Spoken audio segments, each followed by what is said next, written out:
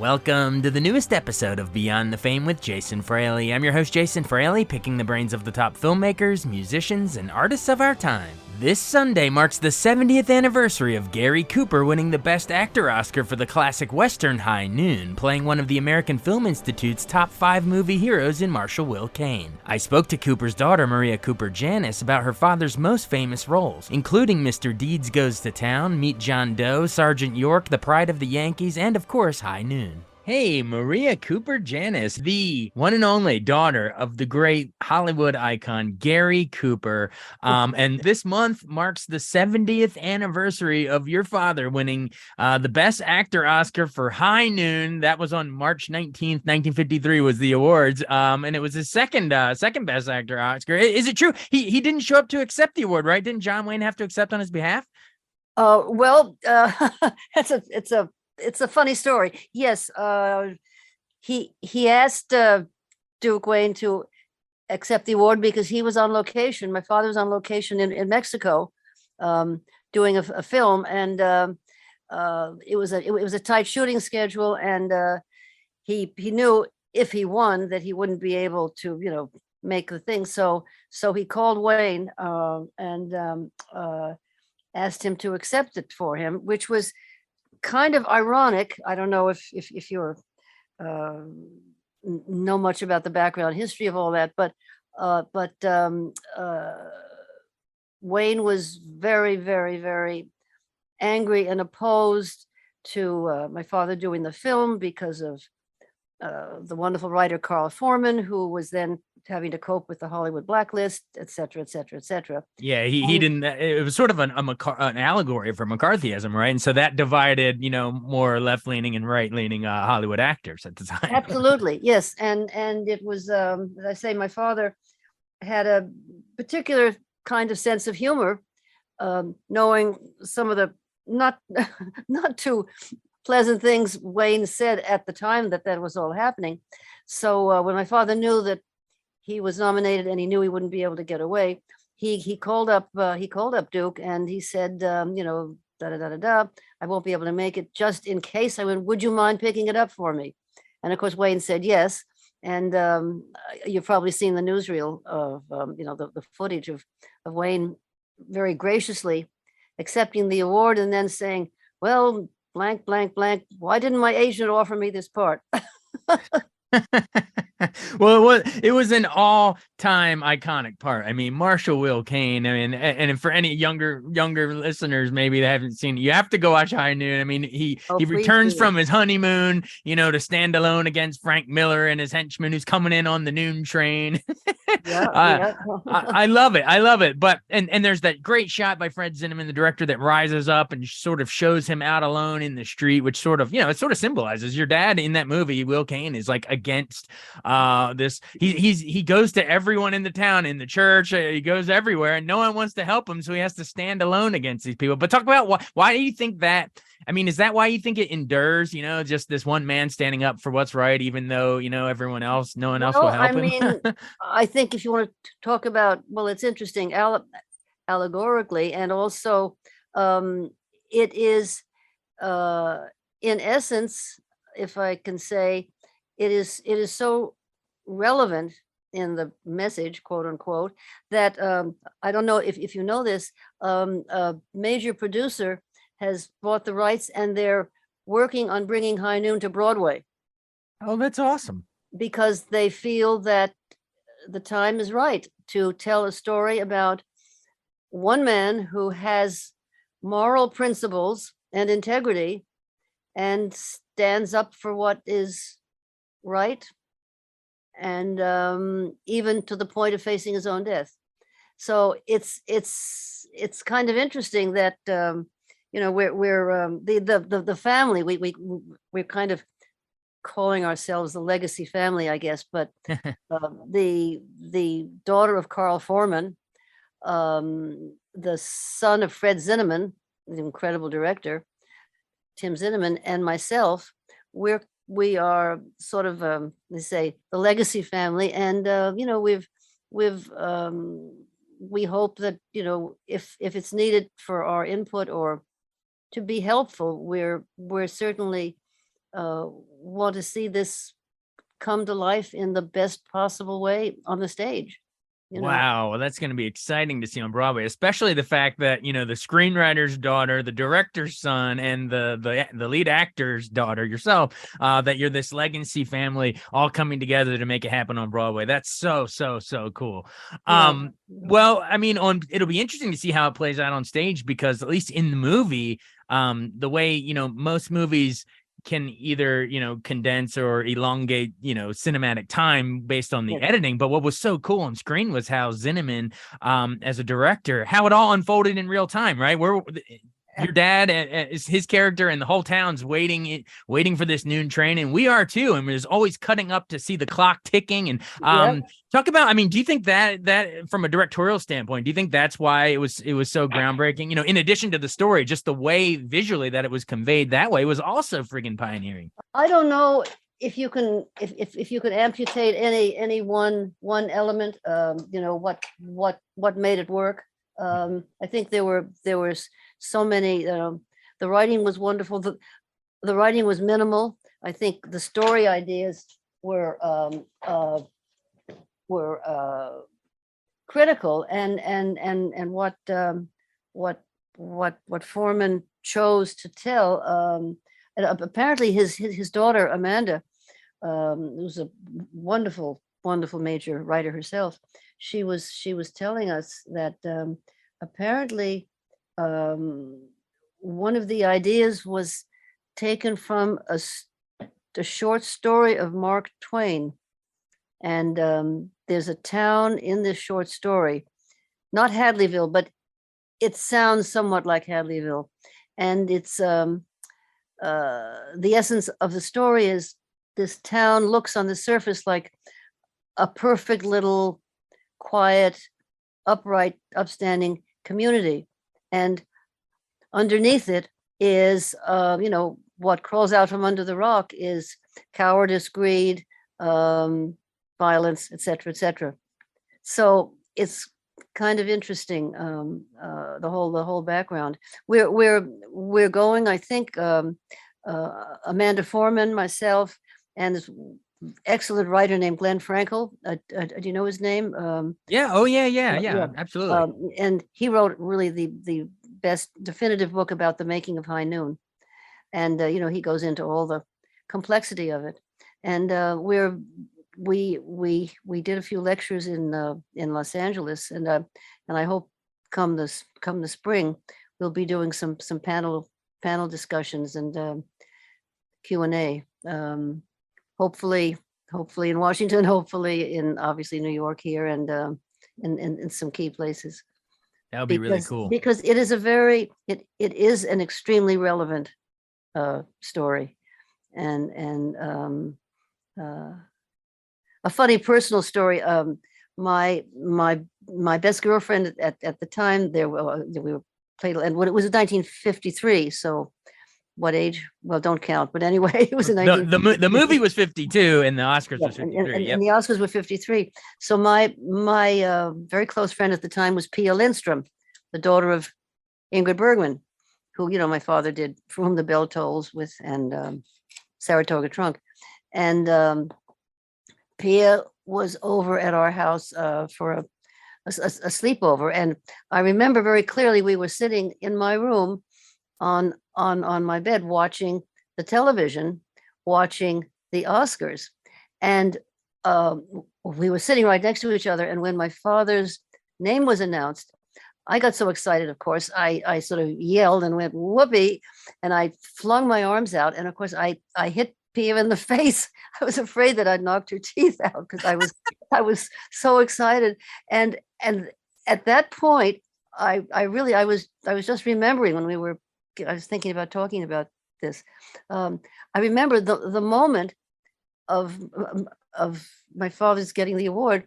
I was completely distraught that I had injured my best friend and knocked out a front tooth, and I was more concerned about her than what they were saying on television.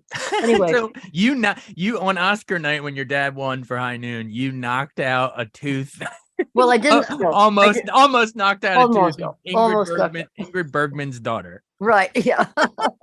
That's insane. I love to hear when the kid, what the kids were up to, because I know I always see, Lloyd Bridges was in the movie, and Jeff Bridges always talks about, accompanying dad to set and being up in the barn and laughing so much they had to redo takes and all that stuff.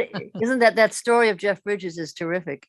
It's Yeah, really I great. remember him sharing that on, what was it, one of those, American Film Institute countdowns, and I always thought that was cool. Well, speaking of which, the AFI ranked Marshall Cain one of its top 5 heroes of all time, behind only Atticus, Indiana Jones, James Bond, and Rick Blaine. I mean, that's big company. He's ahead of Clarice Starling and Rocky Balboa and Ellen Ripley and George Bailey and Lawrence of Arabia, rounding out the top 10. I mean, he's in high. I mean, that is the ultimate company right there.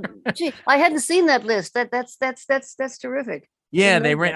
It's been a few years ago, so I'm sure it'd be a little different now. But yeah, AFI did the top hero characters, and it was he's top 5. Mhm. I guess the only other element, well, not the only other element, but one other one we should talk about, High Noon. Then I would love to go into, some of your dad's other great roles, but just, since we're talking the anniversary of High Noon, we haven't mentioned the music. Not only Dmitri Tiomkin's amazing, instrumental score, but Tex Ritter singing, the "Do Not Forsake Me," oh my, John Ritter's father, right? Yes. Yeah. Talk about how instrumental you think that music was, because I mean that it kicks in right in the opening credits, and it carries us through the whole movie. Well, I think there's no question about it, and in fact, there was a fascinating interview over the last 2 weeks. Stephen Colbert was talking with Steven Spielberg and John Williams, and they were speaking about the power of music and the score in making a movie come together. And I'll tell you a story that I think most people don't know.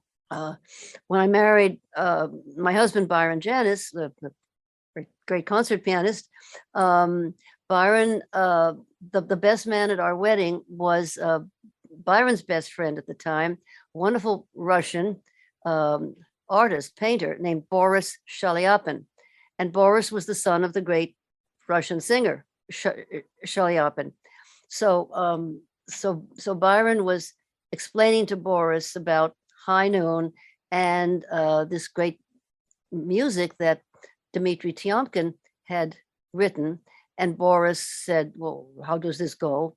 And Byron played the few notes on the piano. And Boris said, no. And Byron said, what do you mean? No, that's the song. He said, Tiomkin didn't write that. And Byron said, well, yes, he did. He said, Boris said, no, he said, this is old Russian folk song. Whoa. And he proceeded to sing the song in Russian with Russian words. Tiomkin, note for note, until the very end, when he changed one note at the end. It is a Russian folk song. Actually, Tiomkin was Ukrainian. Whoa, talk about parallels to what's going on in the world now. Yeah. Wow. Holy crap. Well, thanks for that tidbit. And yeah, thanks, I guess, through your musician husband, you have a whole new appreciation for the music. And where sort of maybe the roots, the folk song roots of where Tiomkin, maybe that was just embedded in Dmitri Tiomkin's head, and he didn't even know that he was sort of riffing on that. Oh, it may have been totally subconscious. It may have been something he was, singing as a kid. Who knows? Wow. But wow. But yeah, I just love how it sort of ramps up as as the Noon trains and the editing's getting faster, and it's like it really builds. It's amazing. Yeah, it's building. John Williams was speaking about that aspect when they were discussing the score for Jaws, and he was speaking about the importance of music and rhythm and timing and tempo, and how that brings the living, breathing life of the film to a whole new level when you add the oral sound. Oh, absolutely. I mean, it is awesome. Well, I mean, I would love to, we can get more into High Noon in a minute if we have time, but I would love to take a step back and hear how you're sort of a chronological through some of the other big roles that I loved of your father's. I know he was born in Montana in 1901, but how do you obviously you weren't alive yet, but how did I'm sure you heard Thank the you. story. Sure, yeah, I'm sure you but I'm sure you've heard the story passed down through your family. So like how did he make his way from Montana to Hollywood for those early roles? And I know he had like a small part in the first Best Picture Wings in 27, but like how did he make his way from the big skies of Montana to glitzy Hollywood? Well, he was going to Grinnell College actually in Iowa, and the little funny side note is that he tried out for the acting class because he kind of had a crush on one of the young girls who was also in the acting class, and they turned him down. Come on. But, anyway, in fact, many years later, he went back and visited Grinnell, and they were sort of, oh, Mr. Cooper was so embarrassed, that to think that so many years ago, you were rejected, and he laughed. He said, "No," he said, "I think you were right the first time." That's awesome. I That love was it. hearing those stories But about they didn't but think he had it, but of course no, they didn't think he had it. But he was he was interested. Actually, he started out. He was a very good artist. He drew and painted quite well, and he started out really drawing political cartoons for some of the local newspapers. And I think the truth be told, he really, as I say, he did have a crush on this one girl at Grinnell, and she went to Hollywood to try to make a career, which obviously never happened. But he went out there and sort of hung out, and then he hung out with his some of the cowboy friends of his from Montana, who were working as extras in these little, 1 and 2 reeler films that they were cranking out. And one of his buddies said, "Listen," because he was very short on cash. Political cartoons and selling encyclopedias wasn't really putting much bread on the table. But one of his old cowboy buddies said, "Listen, this new business called the motion picture business," he said, "we make $5 a fall falling off a horse in front of a camera. Why don't you come down to wherever it was, Van Nuys Boulevard and something," which was it was all open fields at that point. And so that's what he did. And you made $10 if you threw yourself off the horse and made the horse fall, but that's another that's another story. But anyway, he did that, and some in looking at some of the footage, a producer or two noticed, hey, who's this good-looking guy, with dust and mud on his face, but he was spotted really by accident like that, and some directors said, "Oh well, let's stick him in some whatever the silent movie was that they were working on," and that was kind of the beginning. And of course, his name was Frank James Cooper, Frank James, at that point. And when it became clear that he was probably was going to have a career, they were upset by his name because apparently there was a very notorious outlaw in the East named Frank James, and they didn't think that he should use that name. It's And not Jesse James. Go on, I didn't know there was a original Frank Jesse James. James, right? But the woman who was the head of wardrobe at the studio said, when she was fitting him out for whatever, she said, "Well, I'm from Gary, Indiana. Isn't Gary a nice name?" And that's So how that's where it came from. that's where it Wow. came from. So Gary Cooper is cut from Gary, Indiana. I had no idea. Yeah. Well, that's awesome. Well, thanks for sharing that story. I always love to hear how the big stars, broke in the business. And I mentioned he was in a small part in Wings, but then another early role was with Marlene Dietrich in Morocco in 1930, Mm. which was Joseph von Sternberg, who also made like the Blue Angel the same year, I think, in German. So it was sort of Right. like I always viewed it sort of as the same, sort of the same movie, but for different parts of the world. But a big early role. Did your dad ever share any fond memories of that? That was one of his first big leading roles, I think. No, I never. No, he never talked that much about it. I think um, he and Dietrich were a good on-screen couple. Never, they were never an off-screen couple. Put it that way. Right. But it helped boost the on-screen credits for sure. But the first big Oscar nomination that your father received was, of course, with Frank Capra in Mr. Deeds Goes to Town, 1936. Obviously, Yeah. it was remade in recent years. Listeners might remember the Adam Sandler version, but you got to go back and watch the Capra version. It is a masterpiece. Capra had just won Best Picture a couple years early with It Happened One Night. Mhm. But I'm sure your dad, I mean, playing that role must have been so much fun. But did your dad ever share any good memories of working with Capra, either on that or with Meet John Doe? Because they did that in a couple years after. But and yeah, any memories from with the Capra days on those two? I mean, I was best friends, very young at that point with Frank's daughter, Lucille, because we lived actually. It was funny. We lived really one block apart, and those were the early days in Brentwood, where the blocks were very big because there was just open fields, but the houses were one block apart. Um, um, uh, Lucille's mother and my mother were one room apart in the Good Samaritan Hospital because Lucille was born one day after I was born.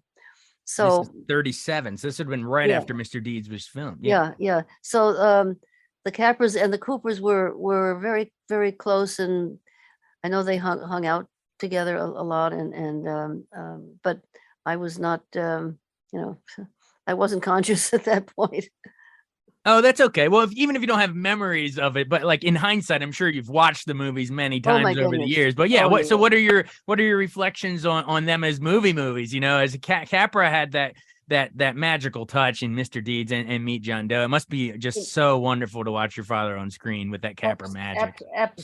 Absolutely. And every time I see it, I tend to get teary. I mean, it's they're they're brilliant films, and um uh do you think if those films were made today, they would have an audience? I mean, new on the screen, or do you think the public has become so, um, I don't know what the Jaded, word is, cynical. jaded? Yeah, yeah, jaded, cynical, that it would have a popularity, or or would those two pictures touch the hearts of the audience, of the movie going audience, maybe the streaming audience now? I mean, I know the industry is just changing daily, with technology and all of that. I wonder. I mean, because again, those are both films which, they show the frailty of of men and Yeah, women, but they're also, they show the greed, they show the ugliness, and then they show the hope, and they show a conclusion that good will win out eventually. absolutely. And Yeah. and I think it's hard today in this in the era of such violence and gratuitous violence in films. I find very upsetting. I mean, and I think it almost brainwashes the movie going audience, because all you react to is explosions and mayhem and violent thinking, violent actions. And then we I don't know. And then we see You know, what's violence, your and then feeling? we see violence in real life as a cause of. We I guess see it's chicken and the Yeah. egg, but but it's a definite argument you could make for sure. And I would like to think that those movies would still, because I love them, but I'm an old school kind of an old soul, and I love those Capra movies. Everyone knows and loves It's a Wonderful Life. Obviously, it's a annual tradition, but Classic. I want It's folks a to classic. say again. I said it's a classic. It's a Oh, it totally is. But if our listeners love that and watch that with their families every Christmas, Thanksgiving, I implore them to go back and watch, Meet John Doe, which is also on a Christmas Eve. Except in this case, I guess it's a fictional guy going to commit suicide that the newspaper made up, and then your dad sort of plays the part of that. But go back and watch Mr. Deeds and Meet John Doe with Gary Cooper. Cooper Capra was magic together, I thought. Cooper Capra was a tremendous team. It really, really was. Right up there with Capra, Stewart, for sure. Mhm. Yeah. Well, interesting segue then. You mentioned sort of violence in movies and things. That sort of is a great segue to your dad's second Oscar nod and his first win for Sergeant York for 1941 with Howard Hawks. Because I say it's a segue because it was so much about the character's, pacifism during World War I, and he doesn't want to join, but ultimately does. And it's so cool how, his backwoods turkey calls come into play. And then he gets the turkey to pop up and shoot him out in the woods, but then he does the same thing and gets the Germans to pop their heads up on the battlefield. But talk about why you think your dad deserved to win for Sergeant York, and why you think that still holds up in this sort of violent pacifist conversation we're having right now.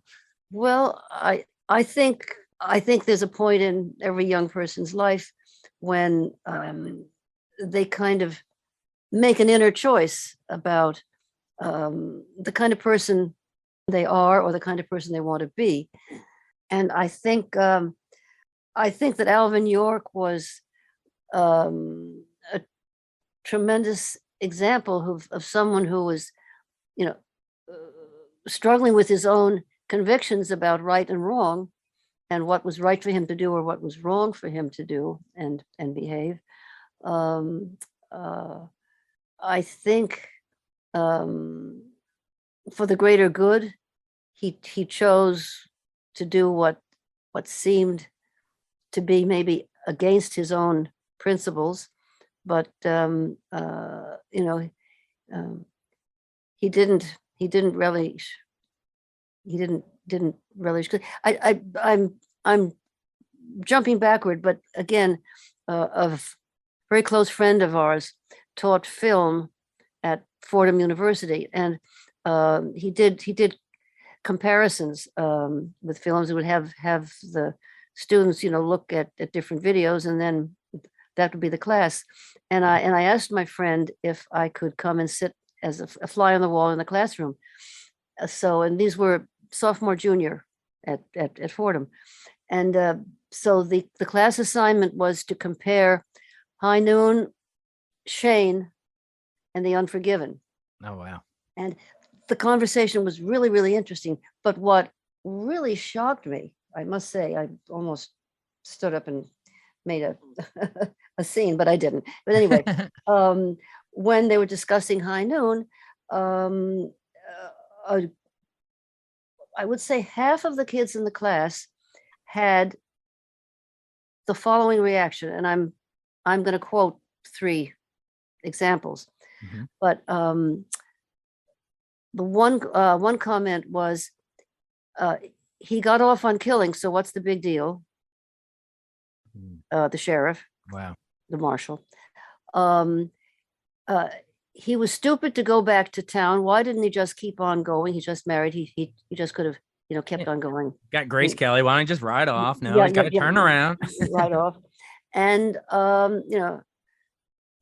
forgetting the fact that they're in a 1-horse buckboard and they're 4 angry guys just, released from jail who could overtake them in 2 minutes and mow them down. That was everything. But he was selfish to ask the townspeople to help him. I mean, Fascinating. Those three varied reactions. Those three reactions, and at that point, our friend Mayor Ribolo, the teacher, he said, "Are you telling me if there are four guys down in the quad with guns and they're after you, and we're up here in the classroom, you're not going to ask all of us to help you get out of this, mess?" Oh, well, yeah, So the mindset of some of the younger generation, I mean, they all did not have that reaction, up to obviously, but there was enough of not getting the real reason, The whole the point. real meaning, that was quite appalling to me. But Wow, that's funny. And I'm curious how they would react to, a pacifist message like Sergeant York. You know what I mean? Like, yeah. wow, that's fascinating. Thanks for sharing that. It's funny how people react over time. Mhm. Well, real quick, I do want to mention, because it's arguably it's hard to pick favorite roles of your dad, but that third Oscar nomination for Pride of the Yankees in 42, Sam Wood directed. Mm. Your dad was just I thought he actually even looked a little like Lou Gehrig. It was like it was eerie how, when he said He looked a lot. He looked, he didn't look like Lou Gehrig, and he did look like him. Right. My husband's a huge baseball fan, and we spent some time last summer at a few Yankee games, and in walking down one of the corridors, there were great, huge blow-ups of all the great Yankee players of the past, and there are several pictures of Lou Gehrig. And I was walking by one, and I absolutely did a triple take because I thought it was my father. And then when I walked by, and I backed up and I looked, and no, of course it's Lou Gehrig. But there was an essence about him that was Gary Cooper was able to capture. And I know it was very moving for my father. He was invited to go over to join the motion picture industry members who were sent to the South Pacific to entertain the troops during the war. And Bob Hope and Betty Grable and all that. And my father was really, really nervous because he said, "Look, what the hell? I don't tell jokes. I don't dance." Right. The captain, when he was out on one of the bases, the captain said, my father said, "What the hell am I going to say?" Standing in front of a group of 2,000 men and women who were in uniform, ready to go off the next day to who knows how many would come back, right? Yeah.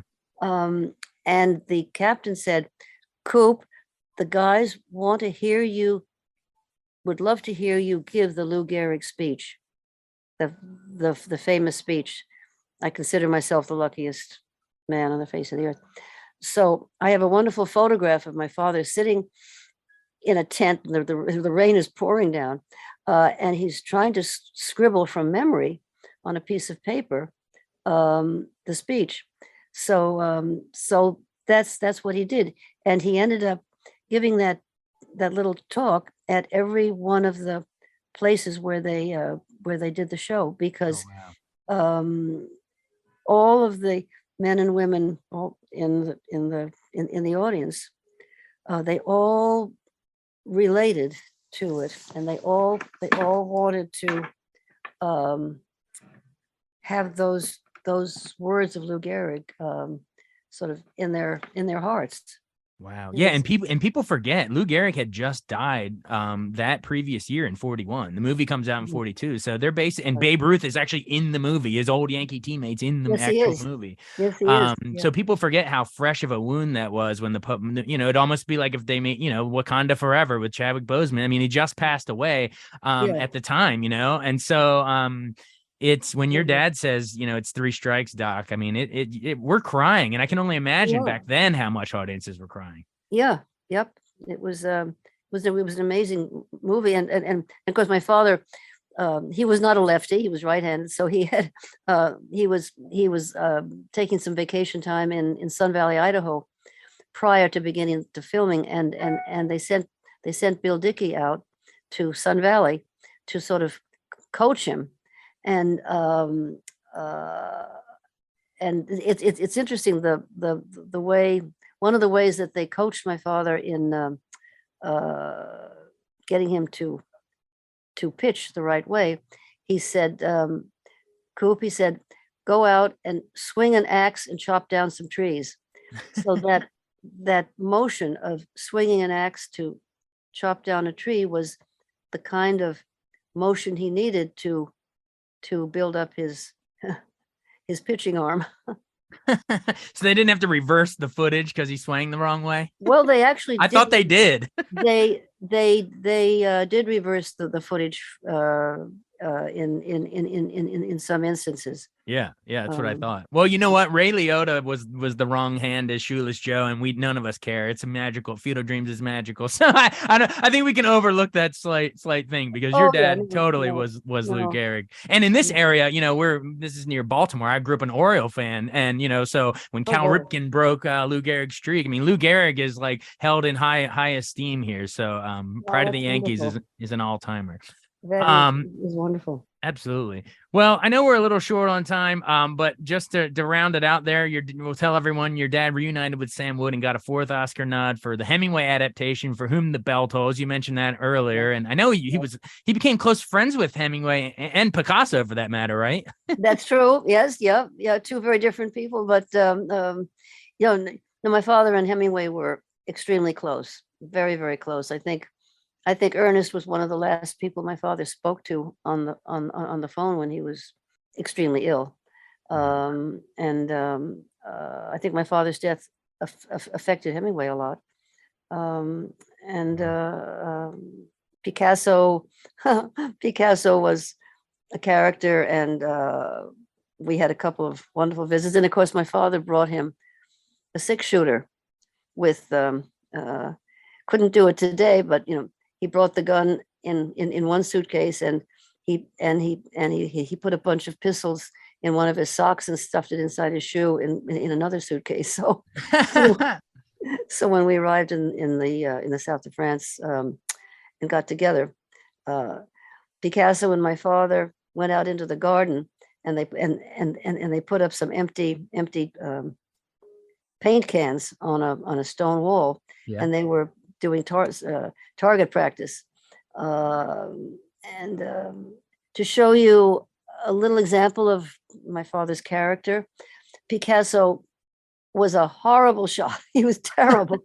The bullets were going all over the place. I mean, his wife and my mother and I, and she scooped up the dogs. We were all hiding behind Picasso sculptures because Picasso was shooting. But my father, who was a dead-eye shot, I mean, he was incredible. He didn't want to show up Picasso, so my father deliberately missed. Oh, that's great. See, he could have done the and turkey call, but he didn't. Exactly. Hey, Zoom is going to kick us off, but the 5th Oscar nomination comes after that for High Noon. We touched on that ton at the top, but everyone also, I think your dad made one final great Western, Anthony Mann's Man of the West in 58. If you haven't seen that, go back and check that out too. But Maria Cooper Janis, thank you so much for doing this. Thank you for the invitation. Thanks so much for listening to Beyond the Fame with Jason Fraley. Our theme music is Scott Buckley's Clarion. Remember to give us a 5-star rating if you like what you hear. We'll see you next time.